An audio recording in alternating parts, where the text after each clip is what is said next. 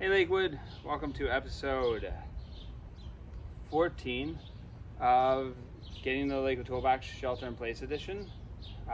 This week we're working on lawn maintenance equipment, mainly lawnmower, seed spreader, weed whackers, edgers, leaf blowers. We have all of that stuff available for lending at the toolbox. And if you think about it, sign up for a $30 membership. It's good for a year.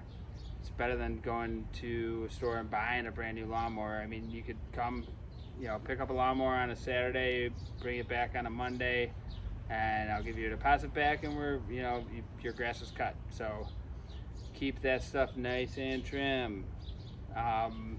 Weed whackers, edgers, spreaders, everything. And fall coming up, leaf blowers will be in high demand. We have a bunch of leaf blowers, and we're willing and ready to help you guys with whatever projects you need, big or small. Cutting the grass is a small project, but you know what, it's still got to be done.